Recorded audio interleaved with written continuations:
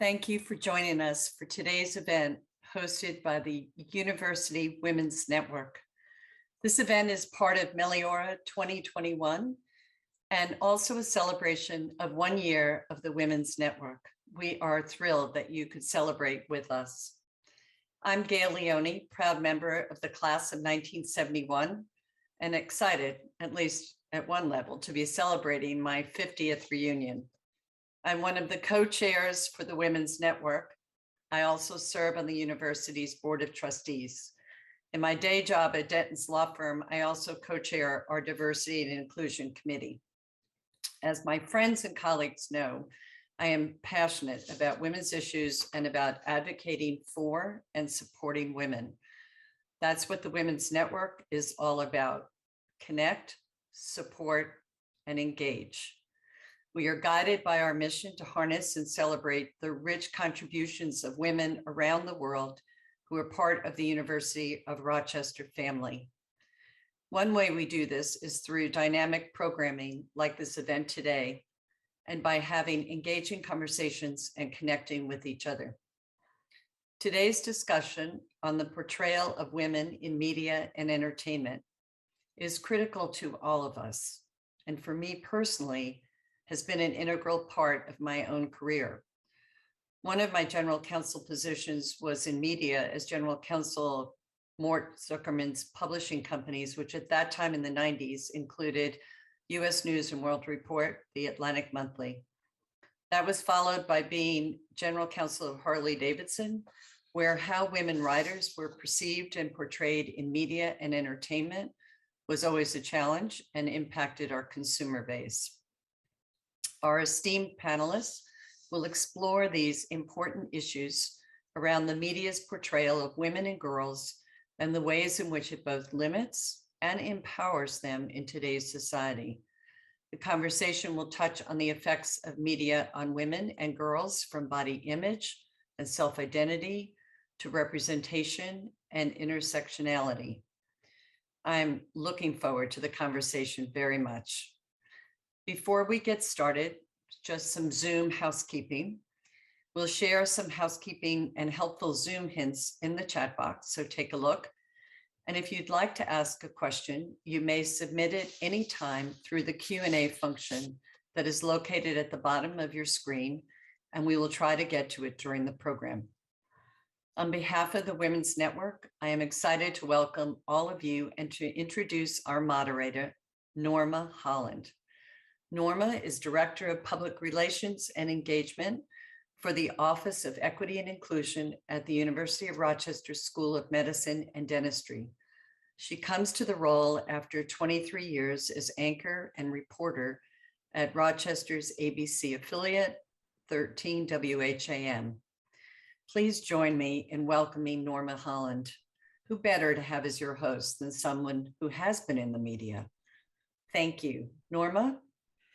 Oh, thank you so very much, Gail. I so appreciate that warm welcome. I'm so excited to be here today to add my welcome to all of you and to introduce our esteemed panel. But first, I also want to say thank you to our captioner and our interpreters who are going to help ensure that this program is accessible. So thank you so very much for your time and talent today. Our panelists today represent a wide variety of mediums, from film and books to TV, magazines, graphic novels even. Having had the chance to speak with them not long ago, I know we're in for a really big treat today. These women are dynamos. So please join me in welcoming our panelists. To start, Dr. Grace Gibson is now an assistant professor of African American Studies at Virginia Commonwealth University after serving as a postdoc with the Frederick Douglass Institute at the University of Rochester.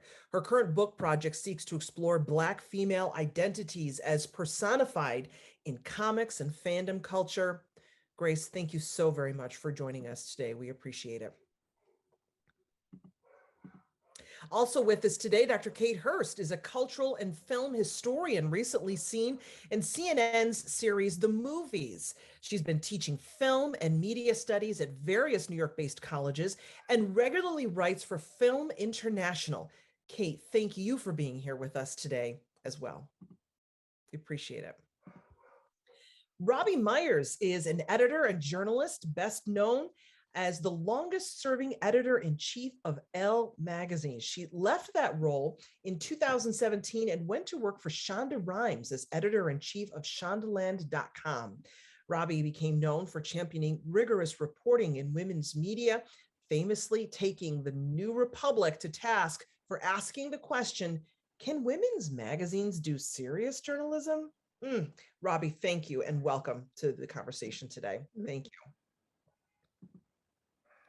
And Kaylin Rich is a queer feminist and the author of Girls Resist, a guide to activism, leadership, and starting a revolution. I have that book, Kaylin, so thank you very much. She's currently a contributing writer at Autostatle, the vice president of organizational advancement at Ultraviolet, and an adjunct faculty member with the Susan B. Anthony Institute. Kaylin, thank you for being with us today. So clearly there is a lot for these women here to say today. And so let's get right to it. I want to get right to it because I know our time is limited today.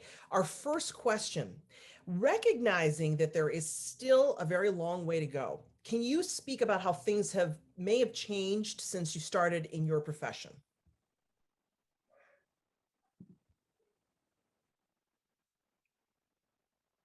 Sure. Anybody want to start? Go for it, Robbie.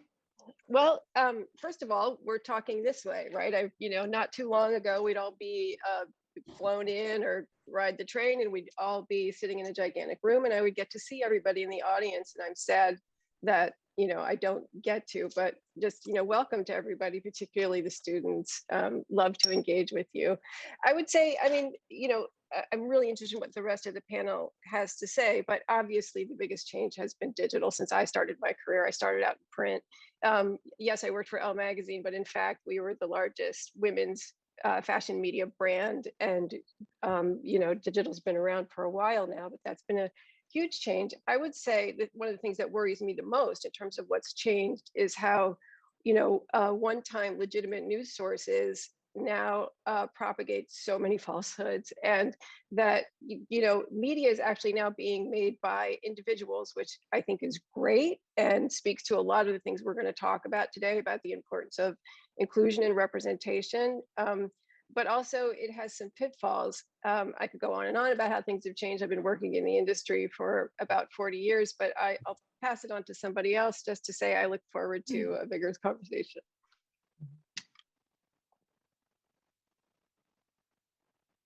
Well, the digital revolution is definitely something that's changed. I was thinking more in terms of content.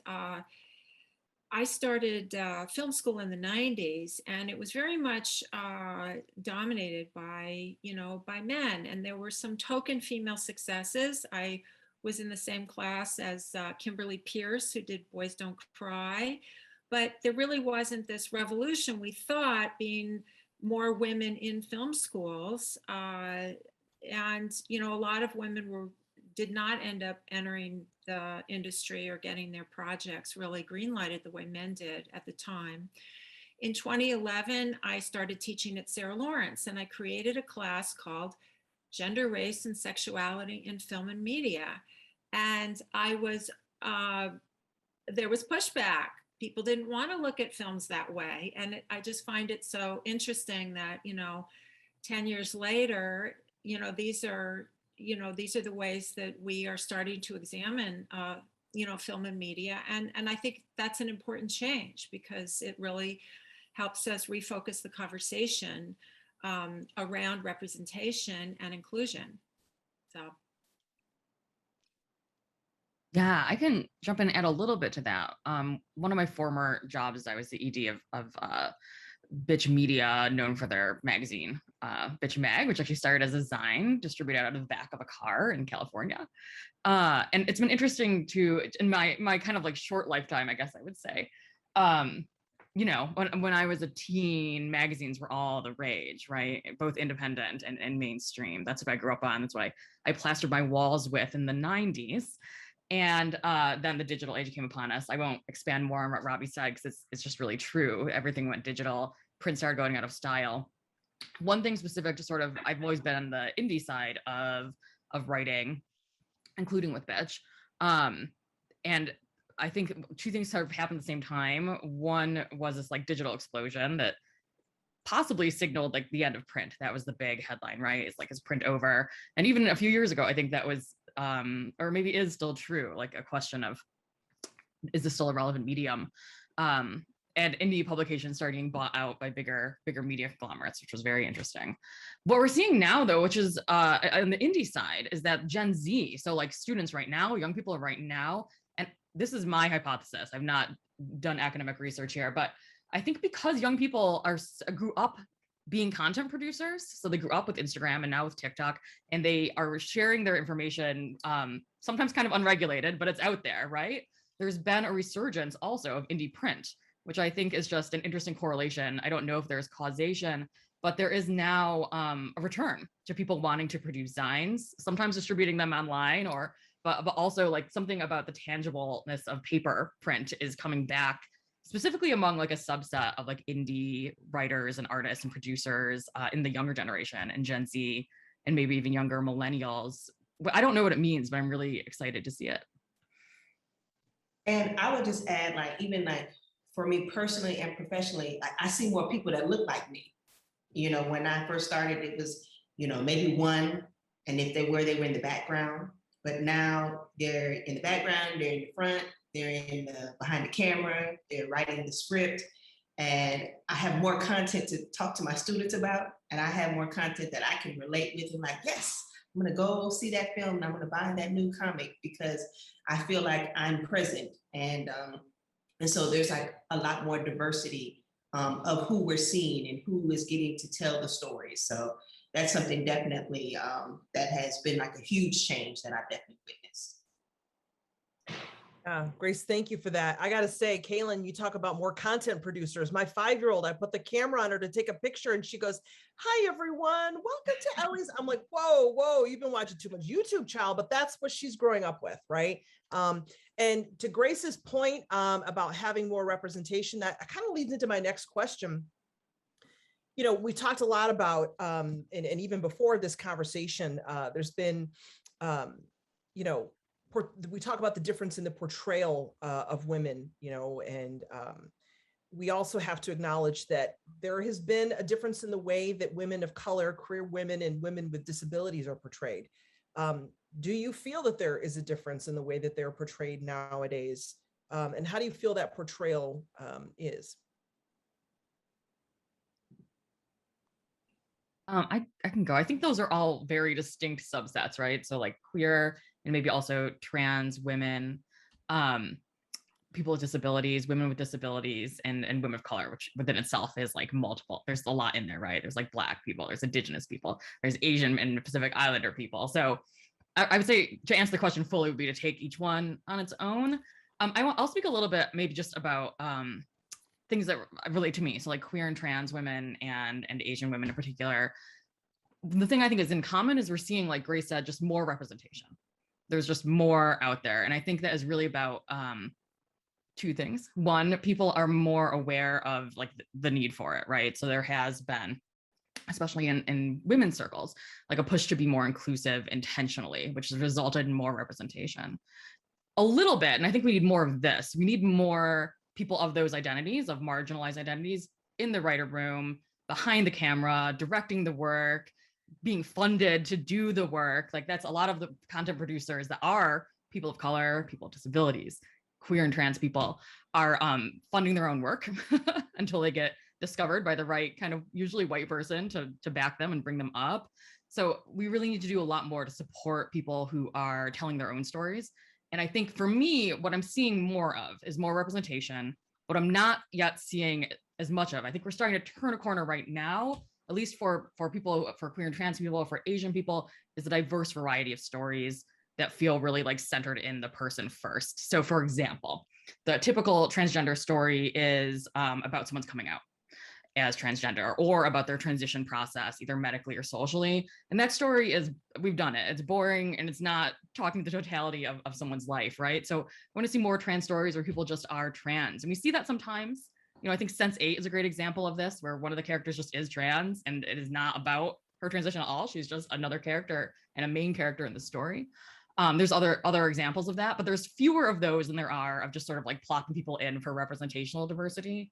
And to me, I think that speaks to who's behind the camera, who's in the writer's room, who's producing the content, whose idea is it, and just the reality that we can't, like, I can't speak to someone's experience who's different than mine accurately. So getting more people who have that lived experience in the room is, and funding their work, giving it the space to grow, is going to be what's going to take us to that next level, I think. So Kaylin, can I comment on that? Because, I Please. went to work for Shonda Rhimes, and one of the reasons I wanted to work for her was because what she was doing in television with an enormous audience, across, globally, was that if a person of color, queer, transgender, that the story was not necessarily about their experience as that single thing, but they were just a good doctor, or they were just a person who was confused about who they were in love with. And I think that what she was doing, what she continues to do with her work is, and I think so much of it too is physical representation. I mean, we can write about it, but you need to see the human being. You need to see them moving in action in the rest of the world with everyone else having. Of course, we all have our individual issues and problems that we bring, whatever our identities are. But in fact, what she wanted to share was that we all fall in love, and we all have problems with our boss or whatever. And I think she's done a lot of really good, important work in that area, and won a Peabody for it, among other things.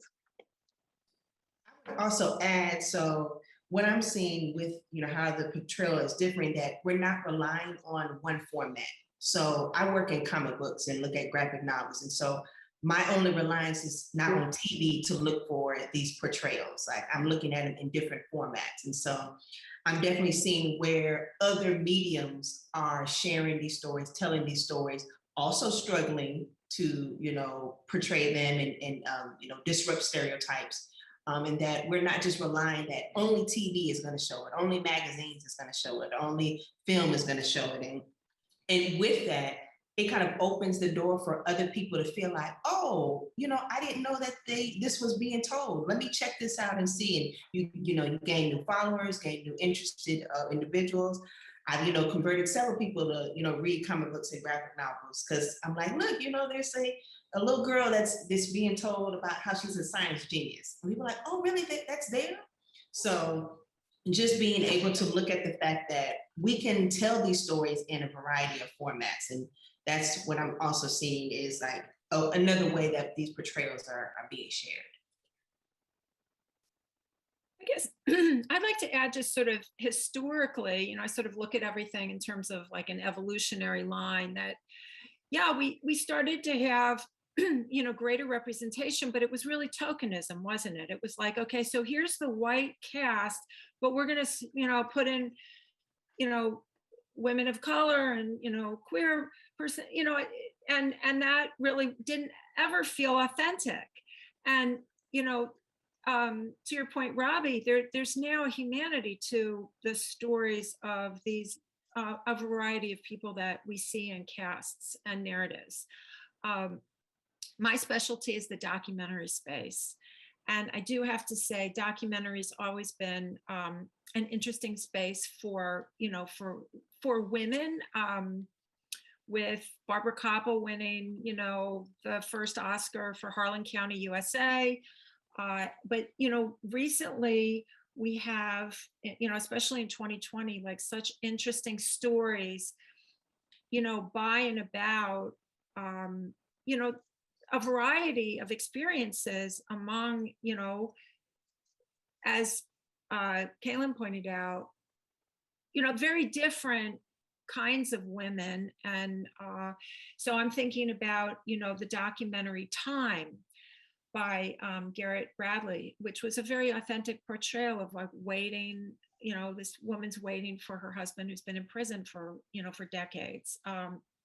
More recently, I'm thinking about, Rita Moreno, which is now going to be streaming on PBS on Wednesday night. And, again, like these stories are, these documentaries are important, people's portraits.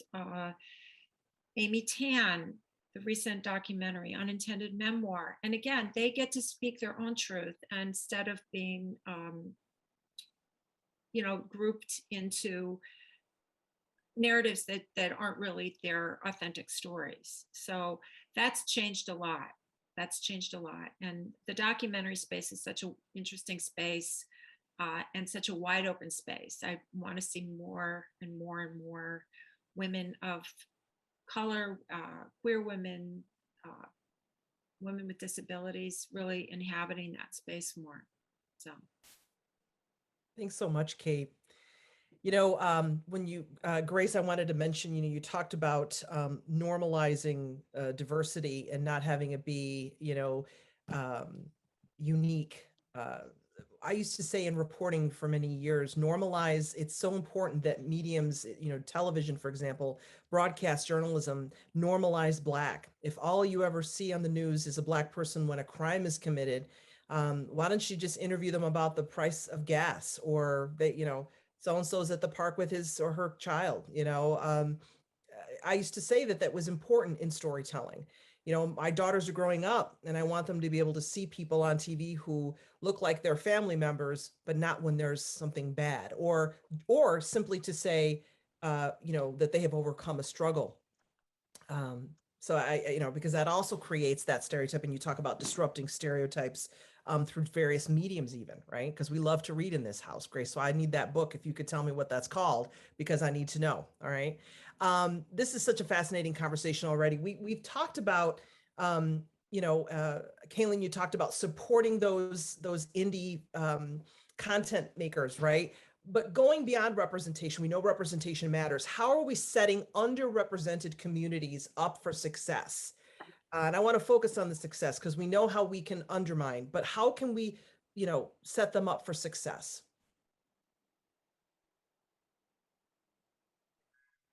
I mean, I think for those of us, just expanding what Ari said, really, so I'll be brief. For those of us with access to spaces, it is about bringing in other people. So it's not only about trying to get indie folks the representation they deserve or the funds they deserve.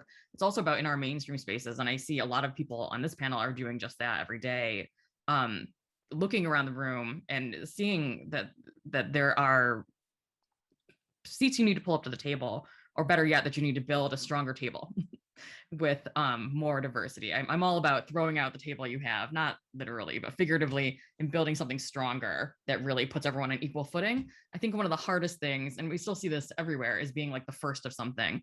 Even though we're having all this representation, we're having all this success, too many people are still like the first fill in the blank to do fill in the blank.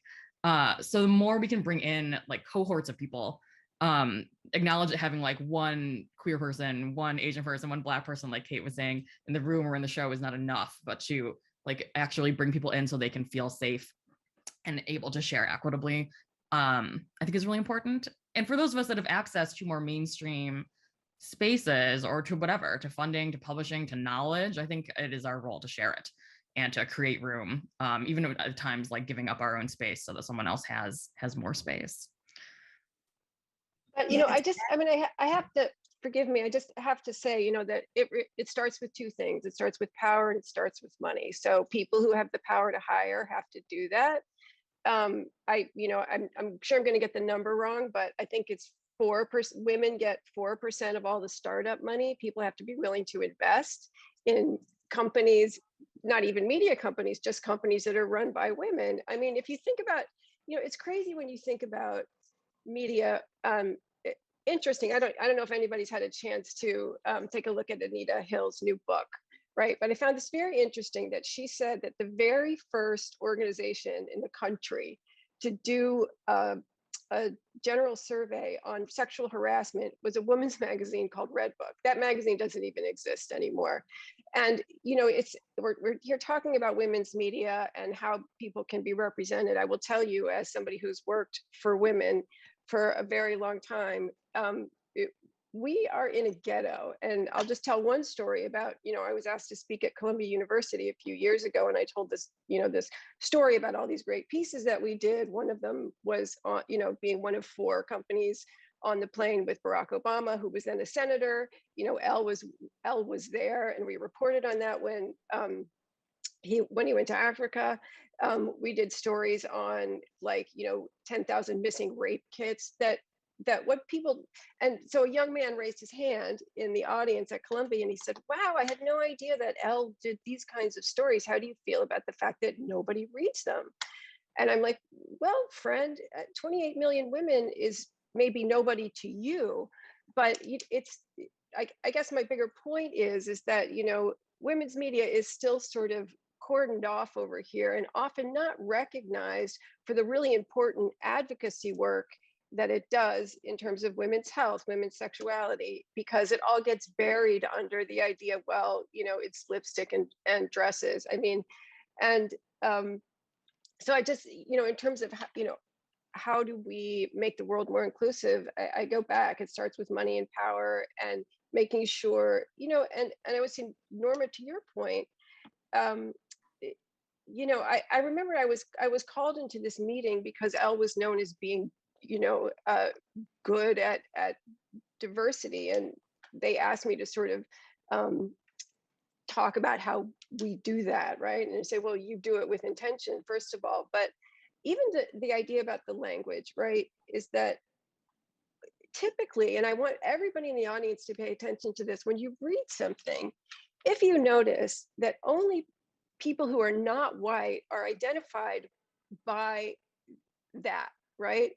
That if it doesn't say there was a white woman and an African-American man, if it just says there was a woman and an African-American man, what's happening there is that white is the normal and things that are not that are the difference. And I think it's really important, just even in the most basic things, that we make sure there is no, as you were saying, Norma, there is no single kind of baseline for who we're talking to and what we're talking about.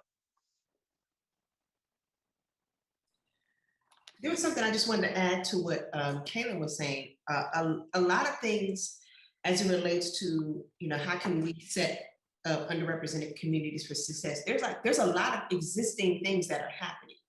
And so I think so often people think that, oh, there's nothing there, there's no content, there's nobody talking about it. But there's lots of people who have, as Kaylin said, the indie industry has been booming for a good little while, but people are not listening, they're not reading, they're not looking at it. So it's also just a matter of promoting what is already existing and making sure those, acknowledging and recognizing the work that has already been established. So sometimes you don't have to reinvent the wheel. Sometimes it's already been done for you. So I think even just acknowledging the existing and highlighting and spotlighting it, because as you said, it's great to have the table, but I need to be able to speak at the table too. I'm glad to have a seat, but if I can't say anything, what good is it if I'm sitting at the table? So yeah. I wanted to add to Robbie's point. I call it sort of siloing. You called it cordoning off of women. I call it siloing, and siloing of different women's experiences. And, it is really a problem. And I really understand what you were saying about women's magazines. The good news is that we have other streaming services that are not just for women. We have Netflix, we have Hulu, we have HBO.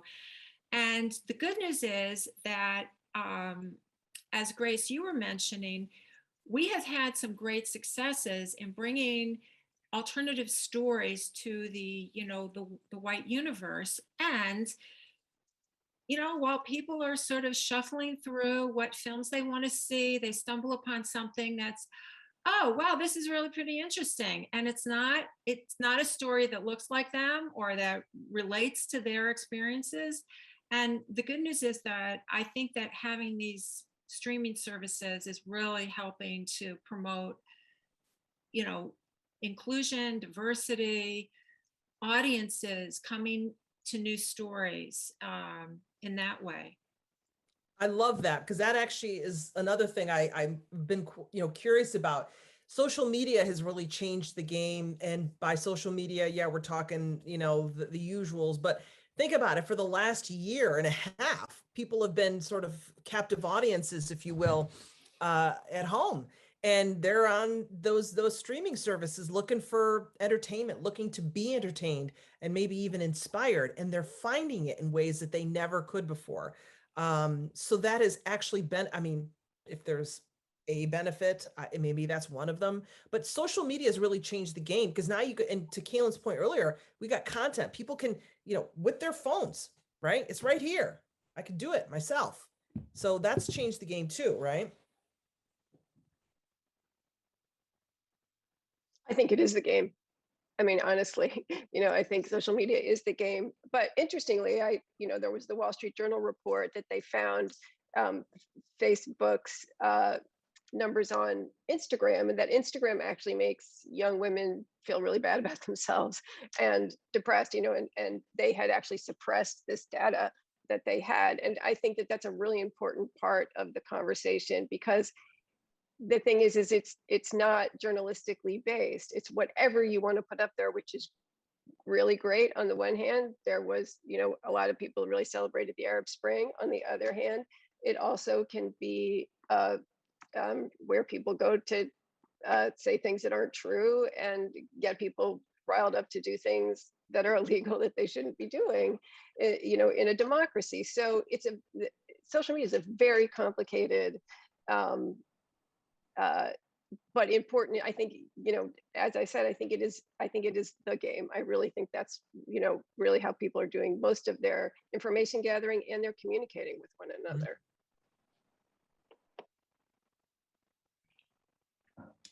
I want to follow up on something, Kate, you and Norma both said about people kind of seeing in. And I think in the children's publishing world, there and elsewhere, but there's this idea of like mirrors, windows, mirrors, and sliding doors.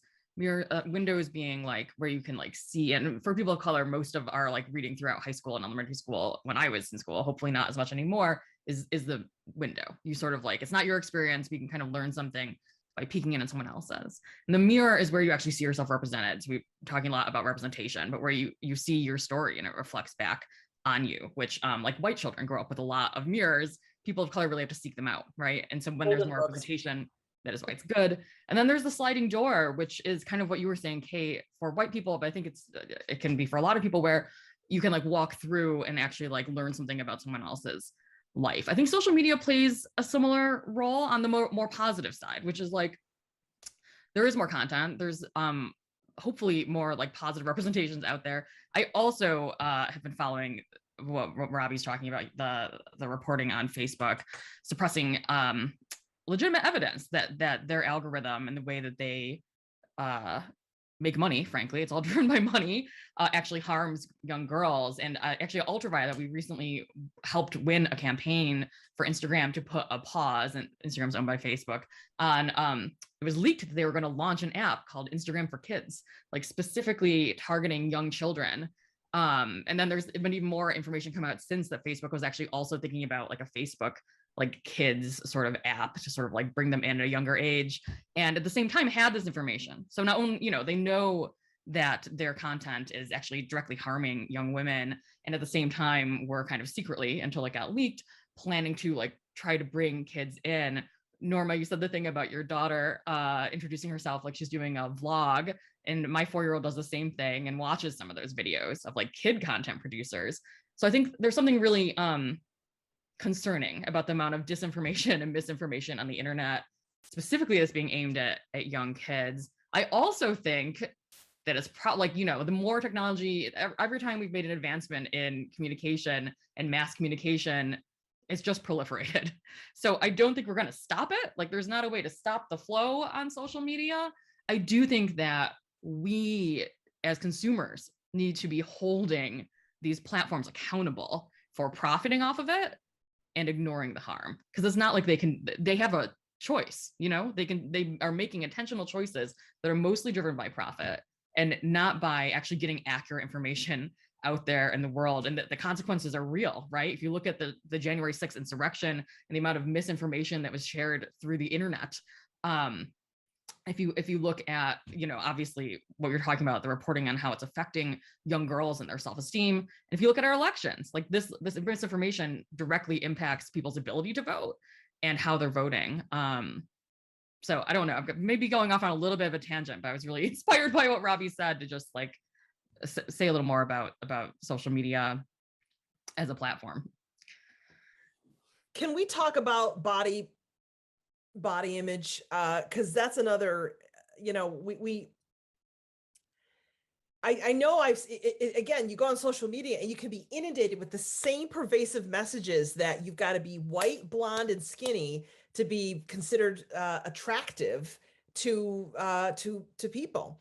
And I grew up with that, right? I mean, I grew up with that standard of beauty. Thank God my mother, who's Puerto Rican, is brown and beautiful, and I saw her as a standard of beauty, even in the Latino culture. But how are your mediums embracing this trend? Because I do see it. I know there's a lot of negativity, but I see a lot of other forces coming in saying, no, that's that's not it. That ain't it. Around body positivity. I mean, how are your mediums embracing that, and in what ways? Well, definitely in comics, you're seeing lots of shifts. I mean, from the fact that, particularly Black female characters sometimes looked ashy, just to be, very just plain and simple. They looked gray. Their hair was not how Black women's hair was wearing it. Or if they were looking a certain way, there was an attitude that was also attached to it because they looked a certain way, or they were a certain size. And so, which goes back to who's in the writing room, who's in back behind the scenes creating these characters. Because if a Black woman was back there, she wouldn't have created what I'm looking at in this comic book. And so you're seeing like definitely shifts and adjustments to that. And a lot of that is due to women, women of color, writers and artists coming to the table and actually creating the characters, actually consulting so that there's not, these long mistakes, that are reoccurring. Because for a while it was, white men creating most of the characters.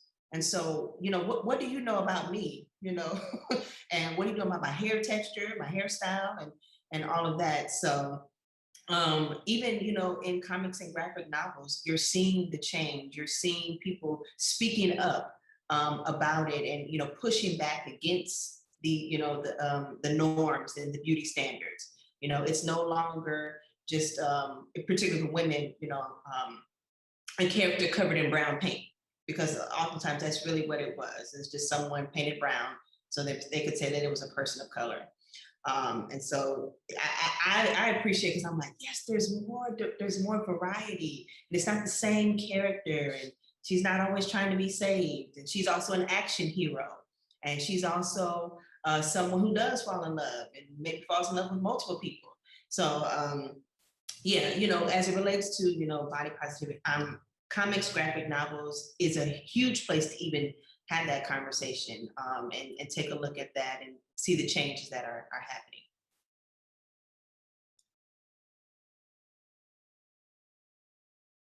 Anyone getting Michonne vibes? I mean, because you're talking about that character, and I'm like, oh my God, she is gorgeous. Can I be her for I mean, with that And can she be on my team when I get into if someone gets into a fight with me? I want her on my team. I know. Out those walkers, yeah, please be on my team. I'm like, Michonne is like, oh my gosh, that's wonderful. Hey, by the way, for those of you who are watching, if you've got questions for our panelists, our esteemed panelists, please share them, put them in the chat function. I've also been on social media looking for questions from some folks as well. We do have one question from an audience member, Ghislaine. Does gender age representation in the media foster stereotyping? Does media itself contribute to ageism? A TV journalist over the age of 30, it used to be kind of like a relic. Nowadays, it's like you've got women who are much older giving the news, and they look great. How about for all of you? So this one again, does gender age representation in the media foster stereotyping? Does media itself contribute to ageism?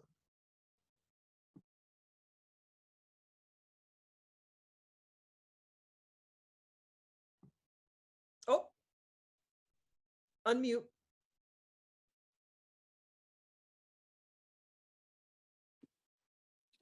I would say that yes, you do have this ageism, especially in certain aspects in journalism.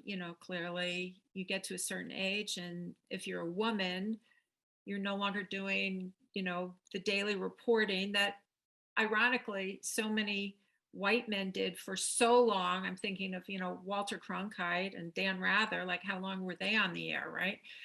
But I also find actually in so many narratives, again, streaming, that there's actually older populations, they've tapped into the fact that older populations want to watch older women. And so you have, it was a Grace and Frankie and Grace, and you have, lots of older women playing great parts. Actually, the Rita Moreno documentary, which I highly recommend, also shows, she's at 87 and she's still doing television, which is so fabulous. So I think that there's been a little bit of a shift, and that more older women are getting roles in television, especially. So can I just speak to magazines? So before I was the editor of Elle, I was the editor of a magazine called Mirabella. And it was a magazine started by the former editor of Vogue for women who were over 30.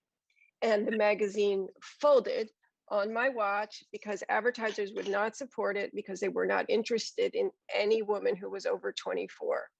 So at that point, and this was, and fortunately, they didn't blame me for the magazine folding.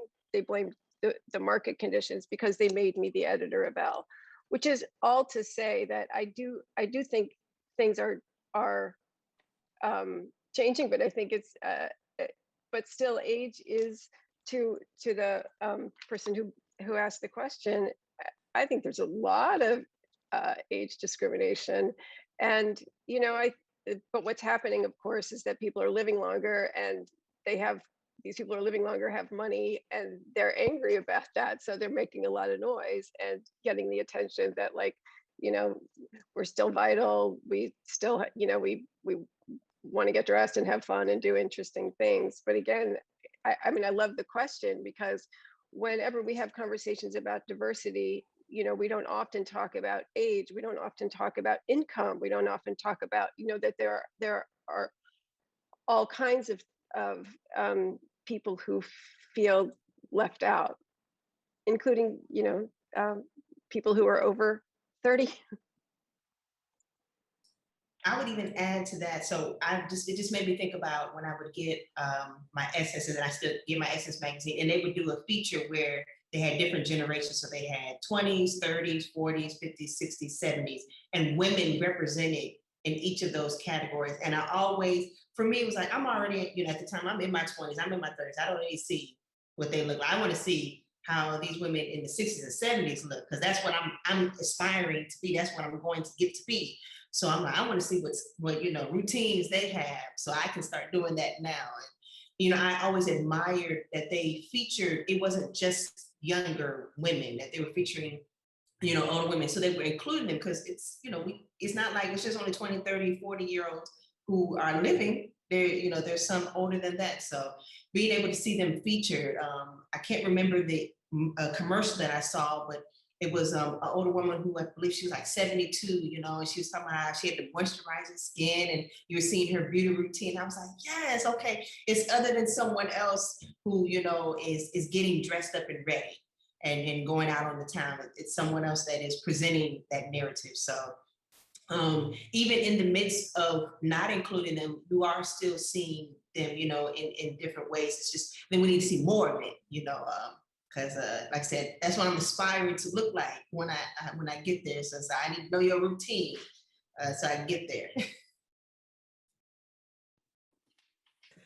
I love that. I still see my 70-some-year-old mother putting on her face creams and her lipstick, and I'm like, all right, Lucy, she's got it still. All right, we know that there's a lot of work to do, and we've acknowledged this. And please keep the questions coming, folks. We really appreciate it. What really is there for us to do now, right? Let's think of the charge. What's the next step for those of us, men, women, transgender, inside or outside of the profession, black, white, you name it, what can we do to keep moving us in the right direction? There may be, and it doesn't have to be, a list. It can just be, give us your thoughts on what we can do to keep this moving forward in the right direction. I'm going to say on a very individual level, and this is something like I'm sure everyone here is doing, and that everyone in the audience can do if you're not already doing. This is very individual. Intentionally consume media by women, and go farther than that. Consume diverse media. Like, it's because, like Grace said, it is there. Like, whether you are into graphic novels, comic books, movies, TV, poetry, children's literature, something really specific, dystopian, it's whatever it is. There are people who don't look like you, whatever you look like, and have different experiences out there making that work. Subscribe to it, follow them. I mean, that's how you change your algorithm on Instagram. My Instagram is beautiful. It's filled with beautiful, fat, and I mean that in the most positive way, women like me and queer and trans people, because I intentionally seek that out. And when I don't know a lot about something, which that is true for all of us, there have been times I'm like, I need to know more about the experiences. For me, for example, of people with disabilities, I didn't know enough.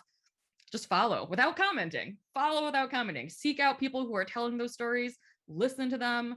Buy the books. Buy the film. Watch those films on Netflix. Boost them up in the algorithm just by clicking on them, and that sends a message. So it's very, very basic, but it's something everyone can do, and that collectively moves the needle. I mean, the reason these companies want more representation is not just because they are feeling really altruistic. It's because the market has called for it. So, and that's because of all of us. So just doing more of that. And even if you're already starting to do it, like, open yourself up to experiencing stories that are different than your own in whatever way you like to experience them. I would say when you see something that's not right, or it's, I call it out. I think we have to do more of that, and we have to normalize that it's okay to be checked. We're not all, and so I think it's important that some people don't want to call out the behavior because of fear of something. And so, but if we're going to make things change, we have to call out what's wrong or what needs to be fixed or what we can improve upon. And so, in addition to, exposing yourself to things that maybe you're uncomfortable with or that you're not aware of, do that. And then also, when you see something that's not right, like they say in the airport, if you see something, or, I can't think of the line, but if you see something, say something. And it could be in a matter of vocally on Twitter, if you're brave to expand it to the world, or, in a newspaper or in a Dear Editor, however you feel like you can voice, the wrong. We have to call out the behavior at the same time. We have to consistently keep doing that, not just in the heat of a moment. We have another question here. Can you speak to how trends you are speaking to about the evolution of women in media may be different or even the same in the US than internationally, right?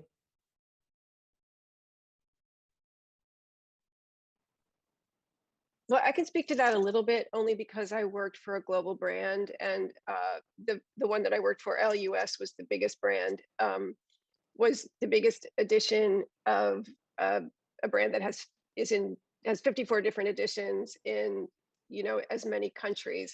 And what was so interesting to me about that was how universal the content was. We also shared more content than any other edition. Of course, Elle was a French magazine. It was launched right after World War II. So we were actually the first foreign edition in the US of what became an international brand. But it's how far something that's created in the US can travel, and other editions that it shows up in all over the globe, which is to say that I'm happy that women are interested in stories about women and people and ideas and even fashion from countries that they don't live in. I mean, I feel good about that, right? And I think that I also think that the more time you spend in looking at global content, also the broader view of humanity you will have.